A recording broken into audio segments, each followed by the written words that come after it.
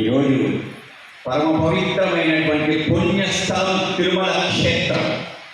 ఇటువంటి క్షేత్రంలో నూతనంగా జై జవాన్, జై కిసాన్, జై కళాకార్ అనే ఆర్గనైజేషన్తో 3 ఆర్గనైజేషన్తో మొట్టమొదటిగా మహతి ఆడిటోరియంలో ఈ కార్యక్రమాన్ని నిర్వహిస్తున్నారు. ఈ కార్యక్రమంలో వేదికని అలంకరించినటువంటి పెద్దలందరికీ నా కృతజ్ఞతలు. వెంకటేశ్వర స్వామి ఆశీస్సు. అన్నమాచార్య పేరు వినే ఉంటారు. మీకు అందరికీ అన్నమయ్య తెలుసా? ఓ నాగార్జున కదా, నేను ఆయన మనవన్నే అండి. నాగార్జున మనవడు అంటే నమ్మరా?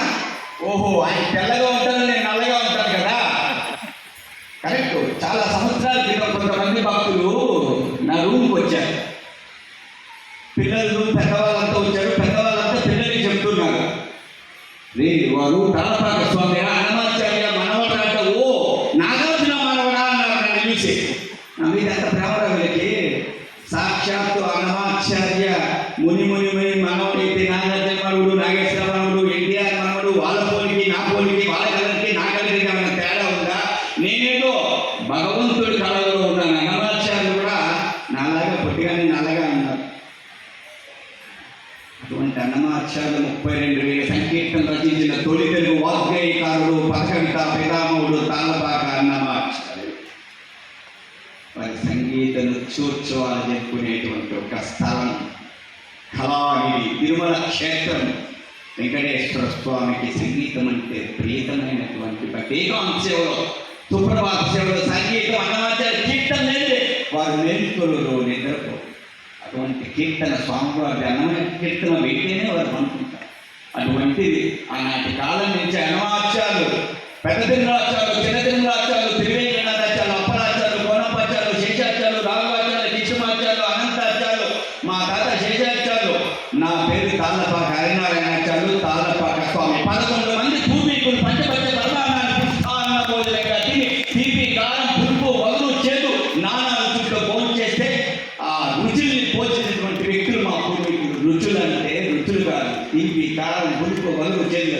స్వామి ఎప్పుడు కూర్చుంటారు, ఎప్పుడు లేస్తారు, ఎప్పుడు తిరుగుతారు, ఎప్పుడు తాయాలతో మాట్లాడతారు అంటే దాన్ని రుచులతో పోల్చినటువంటి వ్యక్తులు మా పూర్వీకులు. ఒక్కసారి వారికి కనసాలను వినిపించండి. మనం దేవుని పట్టుకోవడం కాదు, దేవుడు మనల్ని పట్టుకోవాలి. అటువంటి భక్తి నిరూపించాలి. అందుకే పోటీనాటే 1480 నుంచి 1503 95 సంవత్సరాలు రోజుకొక సంకీర్తన రచించిన అన్నమాచార్యులు వారి వంశాన్ని పట్టుకొని నేటికి 2024లో కూడా మేము స్వామి దగ్గర సంకీర్తన చేస్తున్నాం అంటే స్వామి పట్టుకున్నారు మమ్మల్ని. ఆయన పట్టుకోవాలి. భగవంతుడు ఎప్పుడైతే పట్టుకున్నారంటే జన్మకి తరిస్తూ ఉంటాం. అటువంటి జన్మ అన్నమాచార్య వంశం. ఈరోజు సంకీర్తనల్ని ఈ వేదిక పైన నృత్యోత్సవాలుగా గోవింద నామస్మరణాన్ని 4 నుంచి మనసు నుంచి గొంతు నుంచి 4 రకాలుగా పాల్గొచ్చు.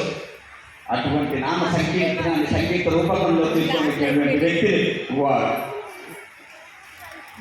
మోహన్ రావు గారు, లలిత గారు, వారి ధర్మపత్ని లలిత. ఎన్నోసార్లు వస్తుంటారు. ప్రతి ప్రోగ్రాంకి నాకు ఆహ్వానం పలుకుతుంటారు. స్వామి దగ్గర కైంకర్యం లేని రోజు నేను తప్పకుండా వస్తానన్నాను. ఈరోజు కూడా తిరుమల క్షేత్రంలో 14 పరిణ ఉత్సవాలు జరుగుతుంది, నేను వెళ్ళాలి. కానీ ఈ ప్రోగ్రాంకు వస్తానని చెప్పి వేదికని అలంకరించేటువంటి అవకాశం నాకు కల్పించిన పెద్దలందరికీ ఆ వెంకటేశ్వర స్వామి పరిపూర్ణ అనుగ్రహ ప్రసాదాలు, ఎటువంటి కార్యక్రమాలు ముందు ఇంకా వీరు చేయాలని భగవంతుడి ఆశీస్సులు పరిపూర్ణంగా ఉండాలని. అలాగే ఇది సంగీతానికి కానీ నృత్యానికి పుట్టినీళ్ళు. స్వామివారి అంతగంటల పాదపద్మాల చెంత మన ముందులో నివసిస్తున్నాం.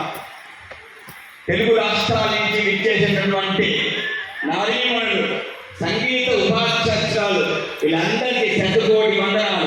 ప్రతి ఒక్కరిని పిల్లలందరినీ నేర్పించి ఒక వేదిక మీద కళా బృందాలుగా విచ్చేసి వీళ్ళ దగ్గర నృత్యాన్ని నేర్పించినటువంటి వారి ప్రతి ఒక్కరికి స్వామివారి అనుగ్రహ ప్రసాదం ఉంటుంది. వెంకటేశ్వర స్వామి ఆశీస్సులతో ఇక్కడ వచ్చినటువంటి భక్తులందరికీ ఆ స్వామివారి కృపాకటాక్షాలు, అన్నమాచార్య ఆశీస్సులు. నాకు సమయం లేనందువల్ల అన్నమాచార్య గురించి ఎన్నో చెప్పాలనుకున్న విశేషాలు. సమయం తిరుమల క్షేత్రానికి భగవంతుడి కైంకర్యానికి వెళ్ళాలి కాబట్టి అందరూ నన్ను క్షమిస్తే నేను తిరుమలకి వెళ్ళి ఆ స్వామి కైంకర్యం చేయాలి. మనస్ఫూర్తిగా అక్కడ ఉండే వాళ్ళందరినీ నేను ఆశీర్వదిస్తున్నాను. శతమానం భవతి శతపురుషేంద్రియ ఆయుష్యేంద్రియ ప్రతిష్టతి ధాన్యం ధనం బహం బహుపుత్రాపం శతసంవత్సరం దీర్ఘమాయుః. అందరూ ఒక్కసారి లేచి నిలబడితే